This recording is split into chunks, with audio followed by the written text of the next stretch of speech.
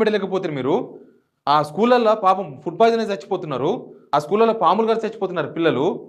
ఆ స్కూళ్ళలో ఏమైతుందో అర్థమైతలేదు. మన జుల్లే పాలమగులు కాడ మాకు నీళ్లు సరిగా పోస్తలేరు, అన్నం పెడతలేరు, అసలు అన్నమే లేదు. 2 నెలలకెళ్ళో 3 నెలలకెళ్ళో ఈ స్కూళ్ళకు గురుకుల హాస్టల్స్కు డబ్బులు ఇస్తలేదు గవర్నమెంట్. కానీ ఈ పేపర్ రాయలకు మాత్రం డబ్బులు ఇస్తారా మీరు? ఈ పేపర్లు మాత్రం ఎందుకు ఇస్తారు తెలుసా? ఈ పేపర్లకే ఇచ్చారు.